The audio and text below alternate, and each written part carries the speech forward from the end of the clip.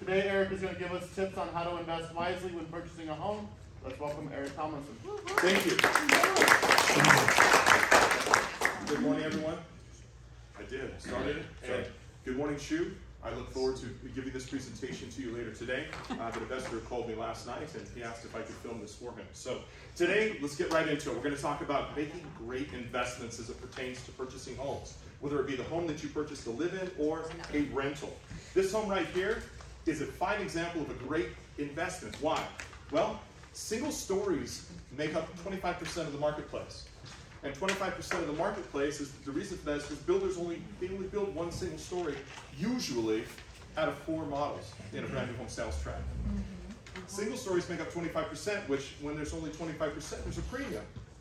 You have 3-car garage, well, that 3-car garage now brings it to 12.5% of the properties available to purchase, which makes it, again, a better investment.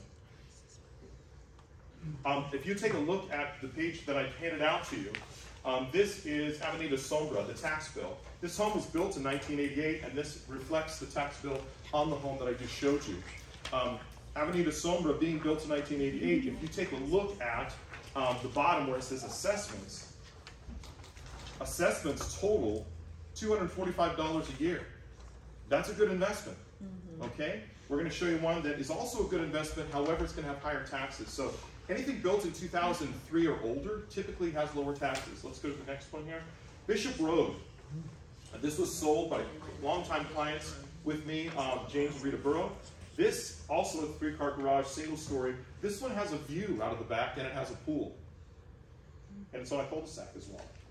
The first one was on cul-de-sac. The second tax bill says Bishop Road. Look at the assessments at the bottom. And look at it's kind of hard to read, but it's like $2,555 for a Melrose. Well, you've just added about $200 a month to your payment, right? Roughly. So does that make it a good investment? Well, there's some reasons why it would be a good investment. Maybe not tax-wise. This was built in 2003. We talked about the 25% of the homes and 12.5 of those being with 3-car garages.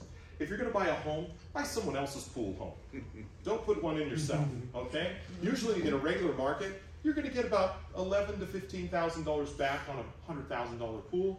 This last 2 years, it was more like $35,000. Still, there's a huge discrepancy. Buy someone else's pool, that's a better investment. Busy street. Are you buying a home on a busy street or back to a busy street? Not a good investment. Privacy or views. Sometimes you have no one behind you, but there's absolutely no privacy because there are homes on the hill looking down in your backyard and you're like in a fishbowl. Now, there could be no one behind you. That's a good investment. Privacy is key. And what I'm doing is when I find a home for someone, I'm trying to eliminate objections for them 5, 10, 15 years down the road when they go to sell it. They're not thinking about those things. They're just thinking about, ooh, shiny. And my job is to help them make good investment. What does the home back to? We talked about that. Is it safe? If it's open behind you, can people jump over the fence? Does it back up to the prison? Probably don't want that home. We talked about traffic. Cul-de-sac is a great investment home because no one's driving down that street unless they live there. I know on my street, we're the longest street in Temecula cul-de-sac.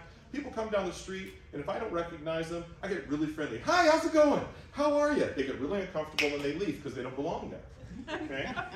Which direction does the home face? Well, my home doesn't face the right direction, so I have sun in the backyard all day long. When I'm barbecuing, it sets right in my face. Not a great investment in that regard, okay? Everything else is really great about it. So we want to eliminate or reduce the number of objections when buying a home. There's the shade, backyard barbecue, yeah. Inside the home. LVP is the thing right now, you guys. Luxury vinyl plank flooring. If you can put that in your home, it's a great investment. It's very, very sturdy, doesn't scratch or break, and if it's installed correctly, it doesn't creak either. White kitchen cabinets are what buyers want right now. Agreeable gray. Everybody wants to paint their homes agreeable gray and use the Swiss mocha, right?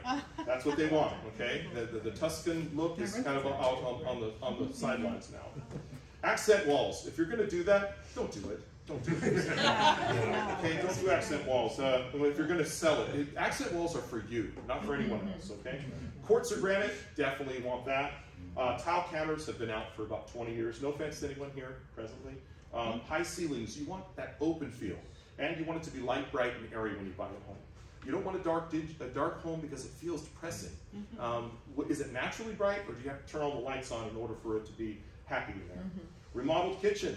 Get this. Remodeled kitchen and remodeled bathrooms. You're going to get 87% return on investment on those. So that's where you want to spend your money. Right? Spend it on the wet areas in your home. When was the home built? We talked about that.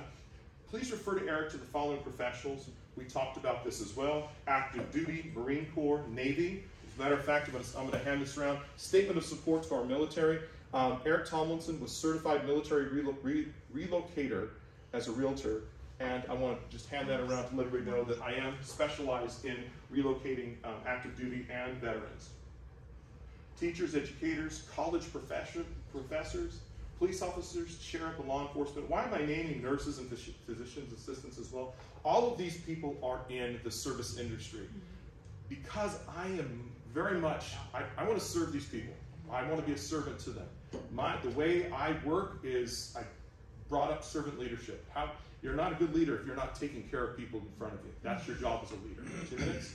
Thank you. So these people spend their entire lives serving other people, so we speak the same language, and so there's this immediate rapport with these folks. I get them, they get me, and it's actually really fun to help them buy and sell property. Firefighters and EMTs. There's a script here. I'm going to finish with this. I'm going to have Eric give you a call. This is what you say to people, because there's, how many realtors do we have, Ed? Over 6,000. 6,000, so I'm one of many. So I've got to be really aggressive and direct, and obviously in getting your business. I'm going to have Eric give you a call. That's what you say to folks. See, does today at 4 or does 5 o'clock work better for you? Trust me, I will call. You just call me, say, Eric, you need to call this person. You tell me what to do, I'll do it. Okay? Please send me a text with their name and their number and call me. Let me know who they are. I want to be able to connect with them, make it a warm handoff. If they give you the objection that they already have an agent, confidently say to them, just give Eric 5 minutes, and you can take a picture of this if you want, and I promise you it will be well worth your time. And if for some reason after 5 minutes it's not a good fit, end the conversation. You'll be glad you spoke with them. Miguel Gomez, let's see if this works here today. He gave me a testimonial, and it's not working because it's not connected. Doggone it. Well, that's okay. So with that said, I want to thank you for your time this morning and your attention. I would love to work for you, your family, friends, and all those that you would trust with me. Have a great day.